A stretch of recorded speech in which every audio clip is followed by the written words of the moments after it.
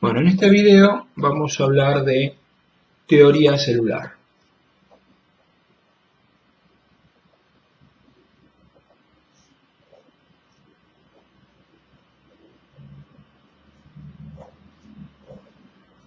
¿Sí? Entonces, ¿qué es lo que dice básicamente la teoría celular? ¿Sí? La teoría celular dice básicamente que todos los organismos están formados por células. Todos los seres vivos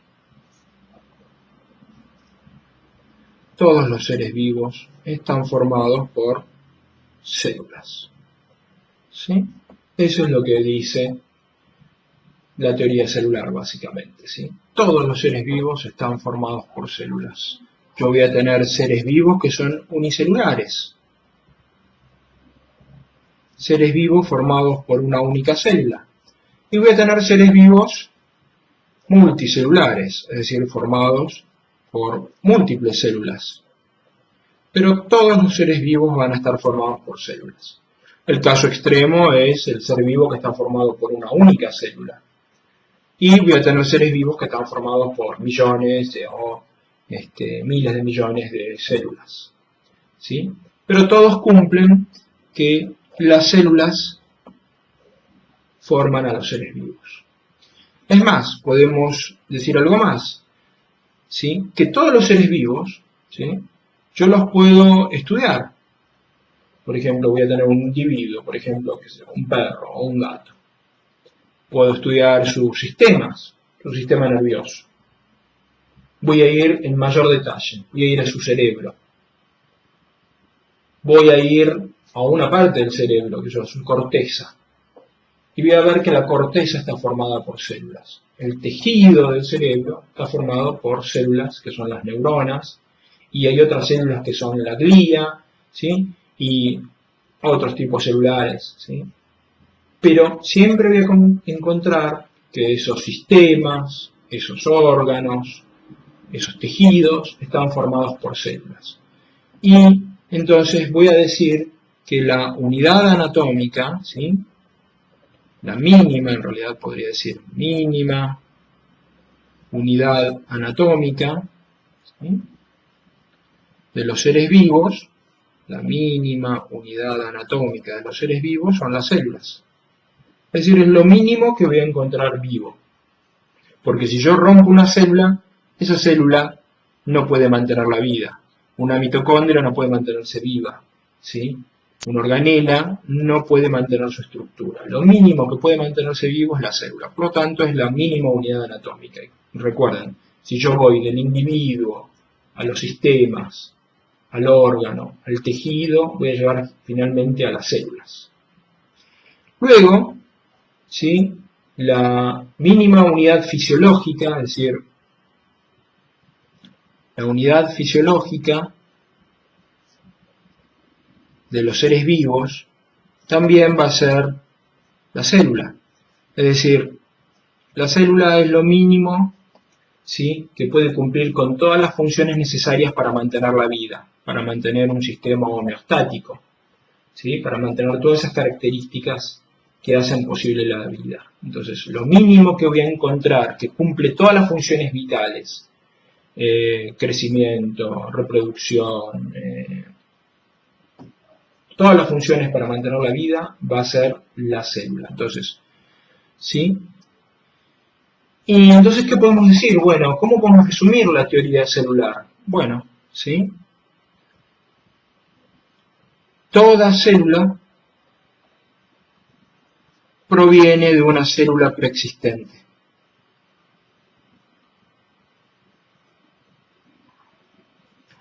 Toda célula proviene de una célula preexistente.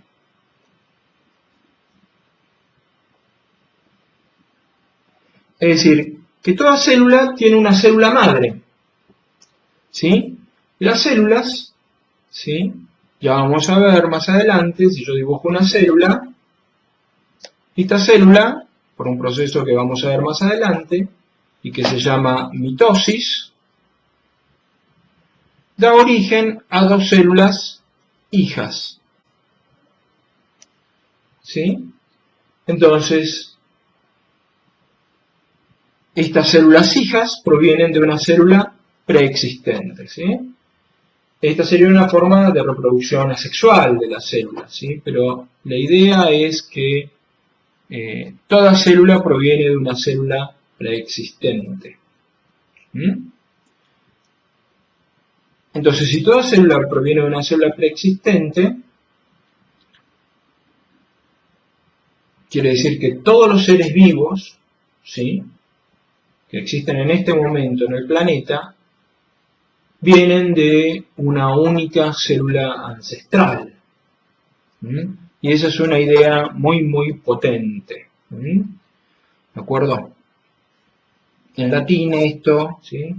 Me acuerdo cuando me lo enseñaron a mí, hace ya muchos años, omne cellula, es más, no sé si lo voy a escribir bien, ¿sí?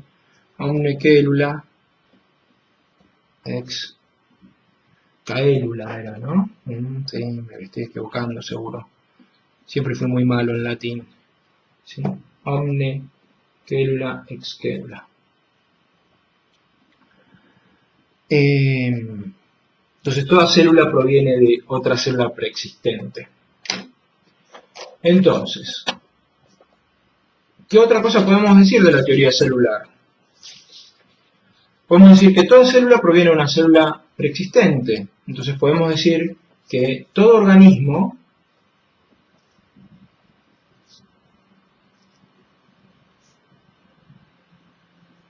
¿sí?, pasa por un periodo unicelular. Si toda célula proviene de una célula progenitora, de una célula madre, todo organismo pasa por un periodo unicelular. Es decir, desde un mosquito, ¿sí?, desde un mosquito hasta una ballena azul. Bueno, vamos, ahí está nuestra ballena, ¿sí? Bueno, sus aletas. Desde un mosquito hasta una ballena, un caracol, ¿sí? Lo que a ustedes se les ocurra, todo ser vivo, obviamente una planta, siempre nos olvidamos de las plantas pobres y ellas son las que permiten en gran parte la vida en nuestro planeta, ¿sí? Todo organismo pasa por un periodo unicelular. Un ser humano, obviamente, en algún momento somos una única célula. ¿Por qué? Porque como dice la teoría celular, todas las células que nos forman en algún momento provienen de una única célula. ¿Y esa célula cuál es? ¿Sí? Obviamente papá tuvo que poner un espermatozoide, ¿sí? Este es el símbolo del macho, ¿no? Mamá tuvo que poner un óvulo. Entonces papá puso un espermatozoide, mamá puso el óvulo. Ocurrió ¿qué cosa? Un proceso que se llama fecundación. Esto después lo vamos a ver con mayor profundidad. Y se formó una célula que va a ser el cigoto o célula huevo. También se puede escribir con Z, ¿no? Cigoto o célula huevo. Y esta célula empezó a hacer mitosis. Empezó a dividirse, una célula, 2 células, 4 células, 8 células. ¿Sí? Va a formar toda una pelotita de células, que se llama mórula eso. ¿Sí? Luego va a formar un embrión de 2 capas, luego un embrión de 3 capas, etcétera, etcétera. Y finalmente, bueno, eso va a formar una gástrula, ¿sí? Y finalmente va a formar un pequeño embrioncito, ¿sí? Y 9 meses después, ¿sí?, vamos a tener un bebé, un ser humano pequeño, ¿de acuerdo? Que irá creciendo hasta hacerse adulto. Pero ¿eso qué quiere decir? Que este ser humano proviene de una única célula. por un proceso o por procesos que son de mitosis y diferenciación. Pero en lo que a nosotros nos interesa es que se cumple esto que decía la teoría celular, ¿no? Todo organismo tiene que pasar por un periodo unicelular, ¿de acuerdo? En nuestro caso, provenimos de una célula huevo.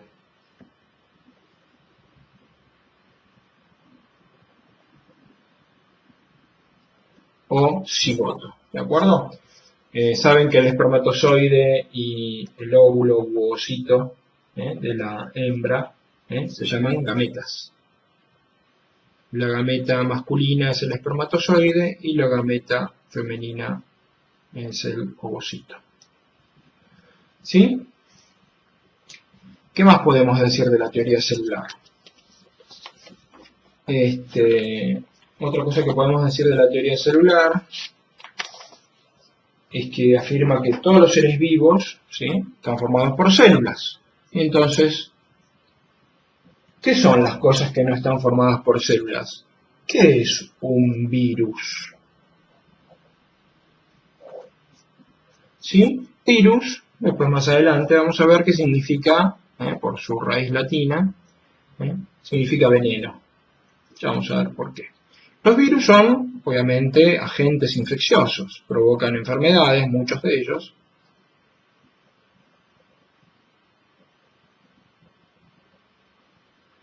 Sí, muchos virus forman parte de nuestro genoma, es decir, de nuestro propio ADN, son virus endógenos, probablemente han tenido un papel importante en nuestra evolución, ¿sí? Pero vamos a referirnos aquí a los virus como agentes infecciosos, ¿sí?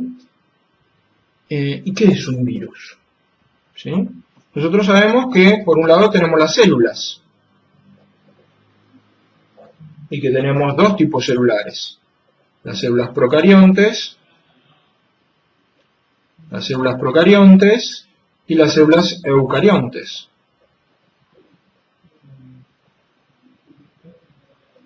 ¿Sí? Pero la estructura celular no tiene nada que ver con los virus. ¿Sí? La célula procarionte, por ejemplo, ¿qué sabemos? Bueno, lo vimos. Sabemos que tiene una membrana, sabemos que tiene un ácido nucleico, que es ADN, ¿sí? Y sabemos que tiene un citoplasma.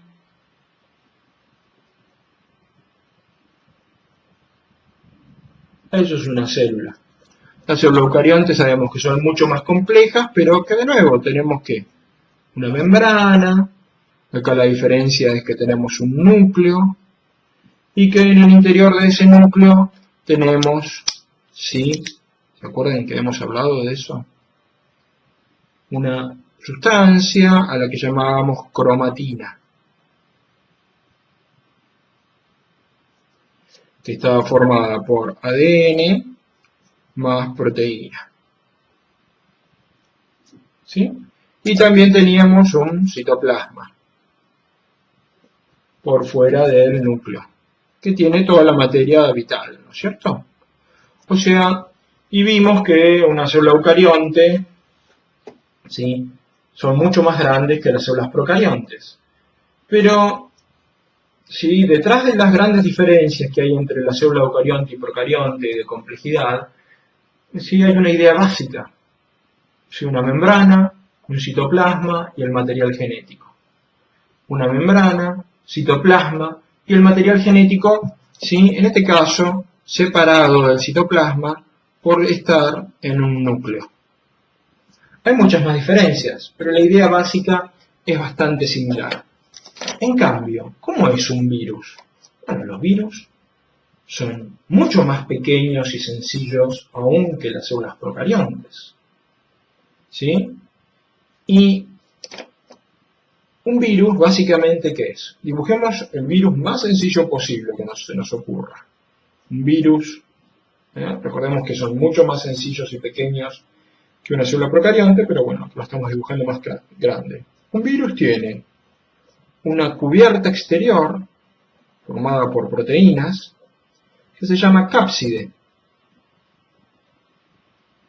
que en griego, ¿sí?, quiere decir caja. Esta cápside, ¿sí?, esta caja está formada por proteínas, es una caja proteica. Y en su interior, ¿sí?, vamos a tener material genético. Material hereditario. Ahí va a estar la información genética del virus.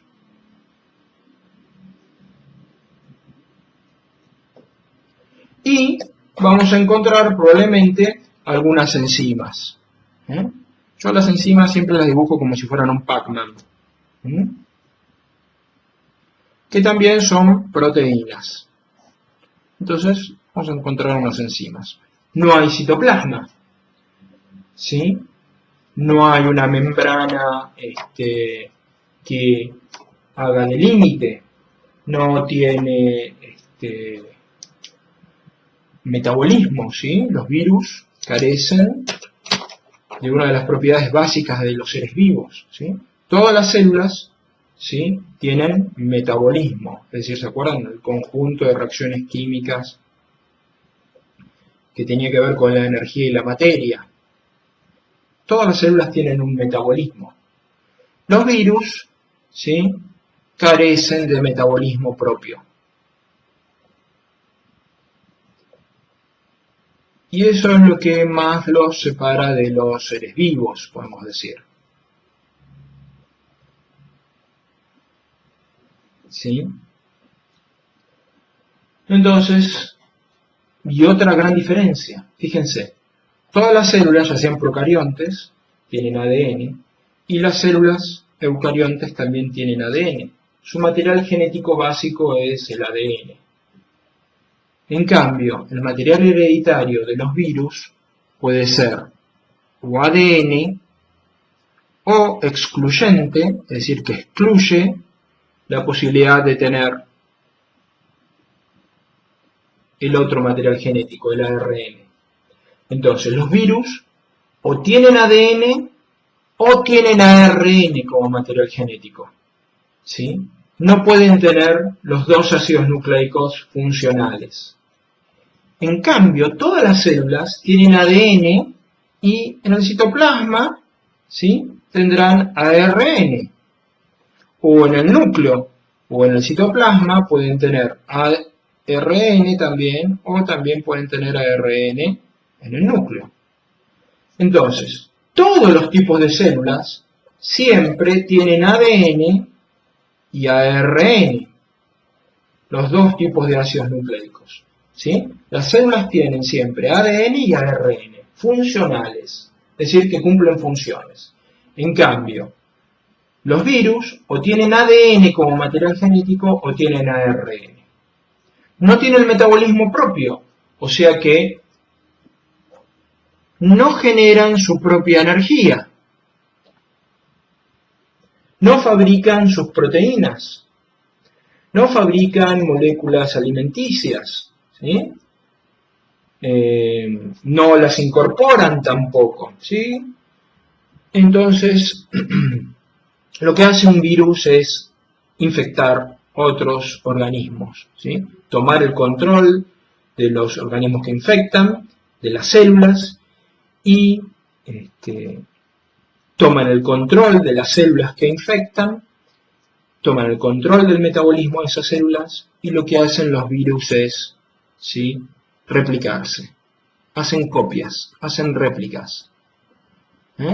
Se puede hablar de multiplicación o replicación viral.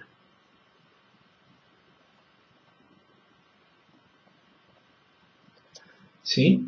Multiplicación o replicación viral.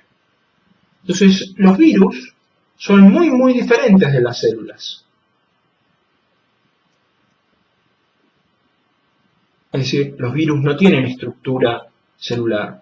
No podemos encontrar ni tejidos, ni células, ni siquiera un metabolismo, ¿sí? Por eso muchos piensan que los virus no son vivos, ¿sí? ¿De acuerdo? No cumplen con la teoría celular. Pero los virus sí hacen otras cosas interesantes. Los virus, si bien no tienen metabolismo, los virus evolucionan. Los virus cambian, evolucionan, tienen material hereditario que sufre mutaciones, cambios y por lo tanto los virus mutan, ¿sí? Digamos que esa es la cuestión que los acerca más a la vida, ¿no? Esa capacidad de evolucionar y de cambiar al tener un material genético, al tener un material hereditario. ¿Cómo aparecieron los virus? Bueno, aparentemente, ¿sí? Habrían evolucionado, ¿sí? A partir de las células, de genes que se independizaron, ¿sí? De las células. Es decir, no fueron primero los virus, sino que fueron primero las células, ¿sí? Los primeros que aparecieron fueron las células, organismos vivientes, y los virus, ¿sí? Son genes que se han especializado en ¿qué? En multiplicarse, en replicarse, y para lograr esto se han convertido en agentes infecciosos. Pero son agentes infecciosos, ¿sí? Muy especiales. Y lo único que voy a nombrar ahora es que, entonces, los virus, ¿sí? Los virus son agentes infecciosos, pero que tienen que cumplir con una condición. Los virus pueden infectar insectos, plantas, mamíferos, invertebrados, ¿sí? Todo ser vivo, ¿eh? Inclusive hay virus, ¿sí? Que se aprovechan de otros virus, digámoslo así, ¿sí? Entonces los virus son agentes infecciosos. Y lo que vamos a decir es que son, ¿sí? Aunque esto son parásitos intracelulares, es decir, porque tienen que penetrar dentro de las células que infectan. Son parásitos intracelulares obligados. ¿Sí? O sí están obligados a penetrar dentro de las células, ¿sí? E infectarlas para, ¿sí? Tomar control del metabolismo celular. Se van a multiplicar dentro de las células que infectan. Entonces, después vamos a ver a los virus con mayor profundidad, pero entonces volvamos a lo que nos había llevado hasta aquí. Una cosa es la estructura de una célula, que es muy diferente de la estructura viral, ¿sí? Y nosotros consideramos, ¿sí? Vivo ¿a qué? A todo lo que serían las células, o todo lo que está formado por células, ¿sí? De acuerdo entonces a la teoría celular. Entonces, ¿sí? Entonces podemos decir que las células o los organismos que están formados por células están vivos. En cambio, los virus pobres, acá puse viral en vez de virus, ¿sí? Los virus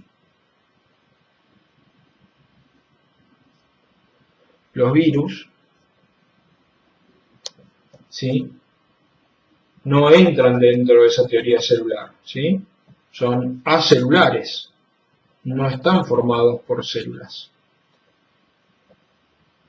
Al ser acelulares, entonces nosotros en la cátedra, y para poder tomarles algo en el examen, ¿sí? Que no sea tan filosófico sobre la cuestión de si los virus están vivos o no están vivos, vamos a tomar una postura, pero es una postura que en el futuro puede ser revisada.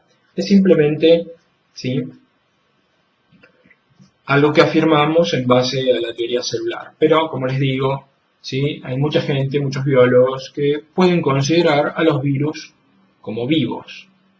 ¿Por qué? Bueno, le dan mayor relevancia a esa capacidad que tienen los virus de evolucionar, esa capacidad que tienen los virus de meterse en el genoma de otros virus y de intervenir en los procesos evolutivos de otros seres vivos, como les dije que nosotros los seres humanos tenemos material viral como parte de nuestro genoma. Entonces, algunos pueden considerar los virus vivos, pero nosotros los vamos a considerar como son acelulares, es decir, no están formados por células, como no vivos. ¿Por qué? Bueno, básicamente por eso. No están formados por células, no tienen metabolismo propio, ¿sí? Solamente un virus se activa cuando penetra dentro de otra célula. Un virus, yo lo puedo tener en un tubo de ensayo, preservado, congelado, completamente inerte, como si fuera una partícula, no hace nada. Y cuando penetra, ¿sí?, en otra célula, una célula que puede infectar, ahí se va a activar y se va a multiplicar, ¿sí? Pero si no, el virus no hace nada, ¿de acuerdo? Bueno, entonces los vamos a considerar a los virus no vivos. Otra cuestión importante relacionada con la teoría celular es cuáles son los límites de la teoría celular. La teoría celular es una teoría muy potente que me permite llegar a conclusiones, ¿sí?, como las que vimos antes. Todos los seres vivos tienen que pasar por un estadio unicelular, toda célula proviene de una célula preexistente, los virus son acelulares y por lo tanto los vamos a considerar no vivos, ¿sí?, pero tiene sus límites, ¿sí? La teoría celular habla de células y no puede decirme de dónde provienen las células, ¿sí?, evolutivamente, cómo aparecieron las células. Eso la teoría celular no puede contestarlo. Lo único que puede decirme es que una célula viene de una célula preexistente. Pero, ¿y esa primera célula? ¿Sí? ¿Cómo apareció? Bueno, eso la teoría celular no lo puede contestar. Para contestar eso tenemos otra teoría, más potente aún, que es la teoría de la evolución, ¿sí?, que es la teoría en biología más potente que hay. ¿De acuerdo? Entonces, con la teoría de la evolución, sí podemos responder a esa pregunta de cómo aparecieron las primeras células. Al menos dar una respuesta posible. Con la teoría celular no podemos decir, ¿sí?, cómo aparecieron las primeras células. Entonces, ¿sí? ¿Por qué? Porque con la teoría celular llegaríamos a ¿qué? Es decir, ¿y la primera célula? ¿Cómo apareció?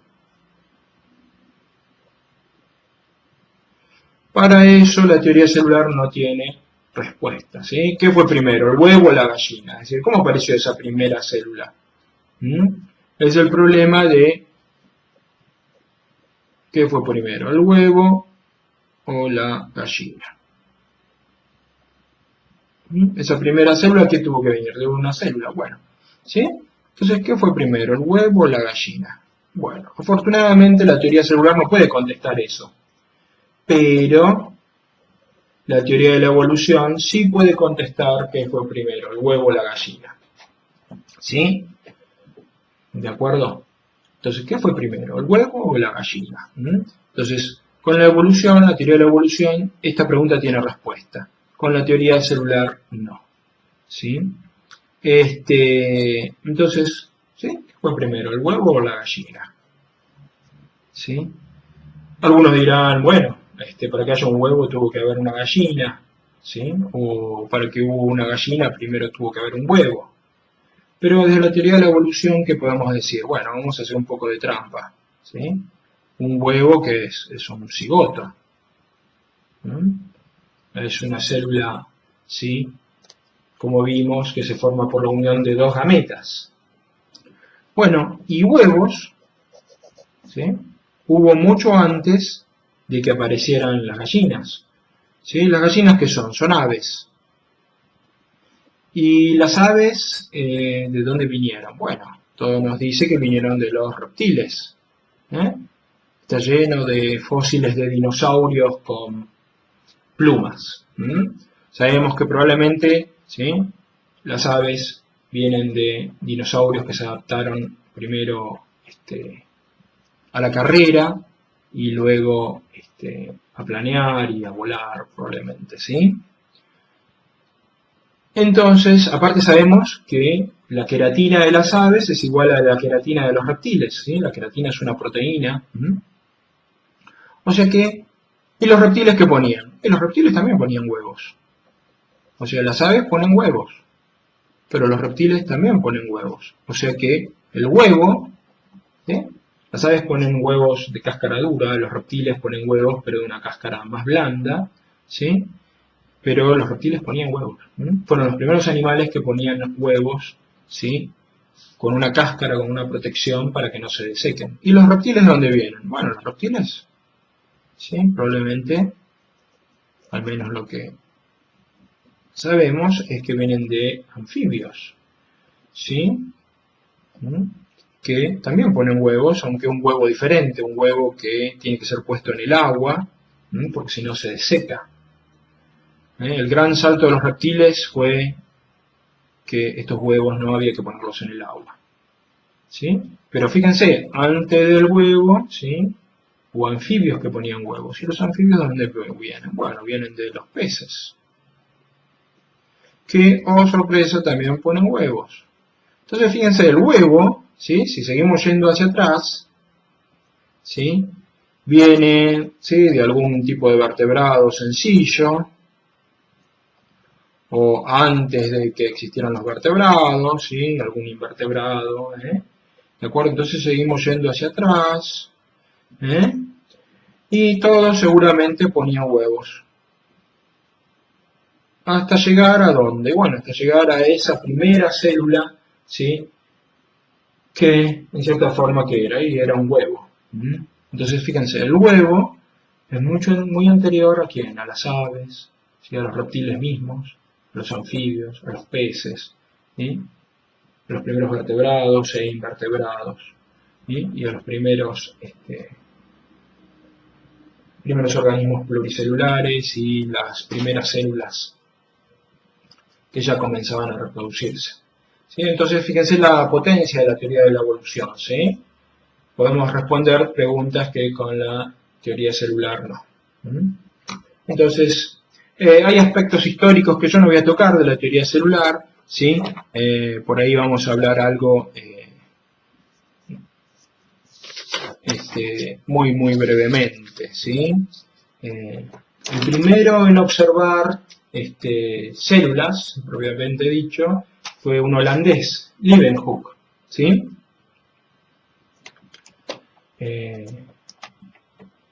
Leeuwenhoek, es muy graciosa la historia,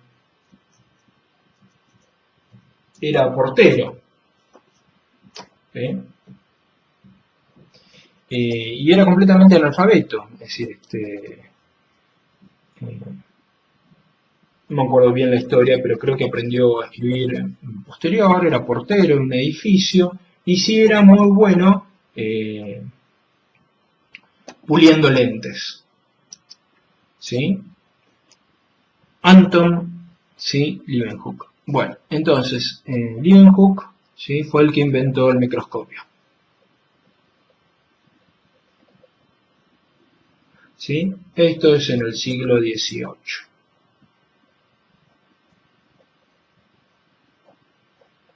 Anton von Leeuwenhoek, ¿sí? Hay un libro muy interesante que les recomiendo,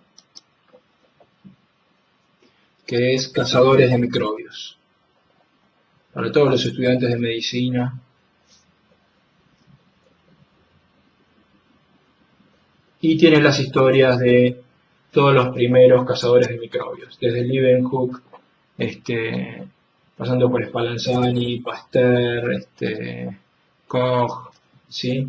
Y muchos otros. Un libro altamente recomendable. Muy viejo ya, pero muy recomendable. Entonces, ¿sí? En el siglo XVIII, entonces, Leeuwenhoek desarrolla los primeros microscopios y es el primero en ver células. ¿De acuerdo? y no le tiene miedo a nada, ¿sí? Observa desde, él lo llamaba animáculos, ¿sí? Que se veían en gotas de agua de lluvia. Él veía que con el transcurso de los días esas gotas de agua se llenaban de microorganismos, ¿sí? De animáculos, el alimento, imagínense, del siglo XVIII no había dentífrico, no había cepillo de dientes, la gente usaba sal para limpiarse los dientes, y bueno, no lo hacían por ahí con la frecuencia que lo hacemos hoy en día, y entonces él no tenía ningún problema en sacarse esa comida que quedaba entre los dientes y ponerlo bajo un microscopio y ver que estaba lleno de animáculos. Y fue el primero también en observar espermatozoides, ¿sí? Habría que ver de dónde obtuvo la muestra, pero bueno, supongo que Leeuwenhoek se las habrá arreglado solo. Entonces fue el primero en ver, ¿sí? Anton von Leeuwenhoek fue el primero en ver células, pero él no lo llamó células, ¿sí? Fue un inglés, porque Leeuwenhoek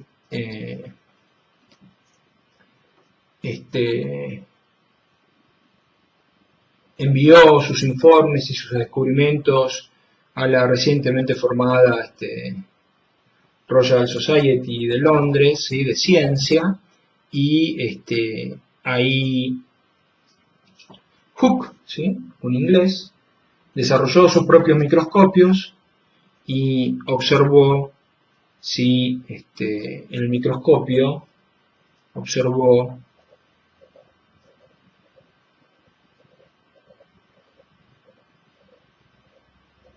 ¿sí?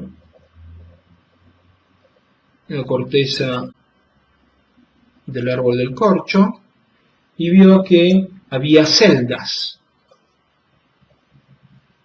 y a estas estructuras las llamó células.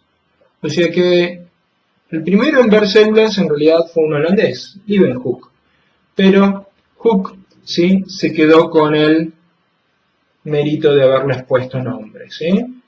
Las llamó celdas, o sea, células. Y fue entonces quien las nombró.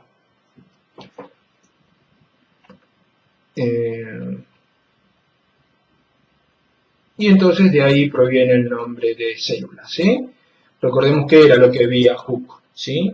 Si estaba viendo corteza de un árbol y veía estas celdas, entonces lo que él veía era la pared celular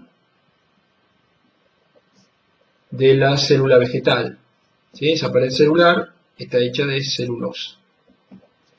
Y adentro, obviamente, lo que vemos es todo blanco, porque la célula está muerta, está vacía. Entonces, estas celdas, ¿sí? A esto que llamamos célula, en realidad lo único que estamos viendo aquí es esa pared celular de celulosa, ¿sí? Y ya no hay más materia viva dentro de estas celdas. Bueno, dejamos con esto la parte de teoría celular.